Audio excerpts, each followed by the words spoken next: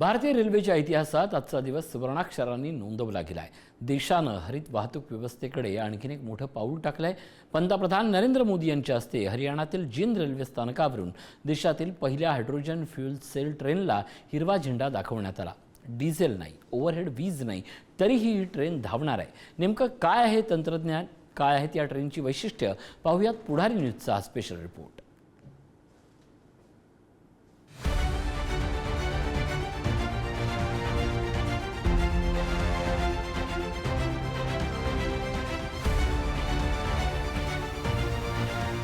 ना डिझेलचा धूत, ना विजेच्या ओव्हरहेड वायर्सचं जाळं।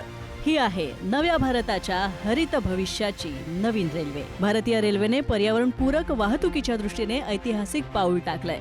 देशातल्या पहिल्या हायड्रोजन फ्युएल सेल ट्रेनची सुरुवात झाली आहे। हरियाणातल्या जिंद रेल्वे स्थानकामधून पंतप्रधान नरेंद्र मोदी यांच्या हस्ते या ट्रेनला हिरवा झेंडा दाखवण्यात आला। या उपक्रमामुळे भारत आता जर्मनी, जपान, चीन आणि अमेरिका यासारख्या हायड्रोजन टेक्नॉलॉजीचा वापर करणाऱ्या मोजक्या देशांच्या पंक्तीत जाऊन बसलाय। मात्र ही ट्रेन नेमकी चालते कशी? ना डिझेल, ना कोळसा, ना थेट वीज। मग इंजिनाला ऊर्जा मिळते तरी कुठून?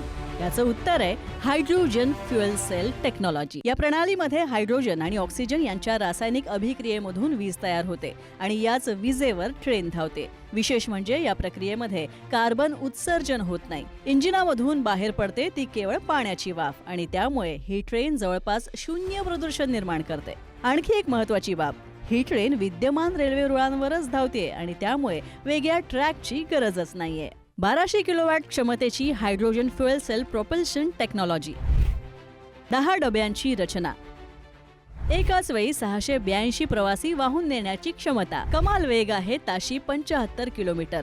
जिंद ते सोनीपत 90 किलोमीटरचा प्रवास सुमारे 2 तासात पूर्ण करण्याची क्षमता। ट्रेन क्रमांक 74010 आणि ट्रेन क्रमांक 74009 अंतर्गत दिवसातून 2 फेऱ्या, दररोज एकूण 356 किलोमीटरचा प्रवास। जिंद सिटी, बुटाना, गोहाना, लाठ, मोहाना आणि बरसावनी यासह एकूण 12 स्थानकांवर या ट्रेनला थांबा आहे। या प्रकल्पासाठी जिंद इथं अत्याधुनिक ग्रीन हायड्रोजन उत्पादन केंद्र उभारण्यात आलंय। इथं पाण्याचं इलेक्ट्रोलिसिस करून हायड्रोजन तयार केलं जातं आणि त्यानंतर हा हायड्रोजन उच्च दाबाच्या टँकमध्ये साठवून ट्रेनमध्ये भरला जातो। भारतीय रेल मंत्रालयानं हायड्रोजन फॉर हेरिटेज या योजनेअंतर्गत देशभरात 35 हायड्रोजन ट्रेन सुरू करण्याचं उद्दिष्ट ठेवलं आहे।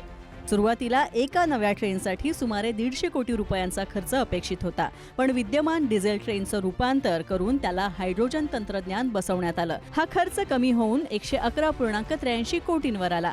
ज्या मार्गाचं अद्याप विद्युतीकरण झालेलं नाहीये त्या भागांसाठी मात्र हा पर्यावरणपूरक आणि आर्थिकदृष्ट्या अधिक परिणामकारक पर्याय ठरणार आहे। भारतानं राष्ट्रीय हरित हायड्रोजन अभियानाच्या अंतर्गत 2030 पर्यंत दरवर्षी 50 लाख टन ग्रीन हायड्रोजन उत्पादनाचं ध्येय ठेवलंय।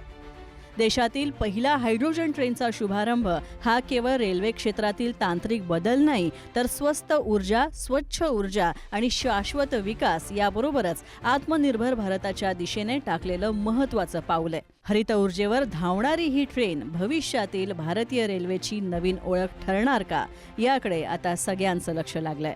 ब्युरो रिपोर्ट, पुढारी न्यूज।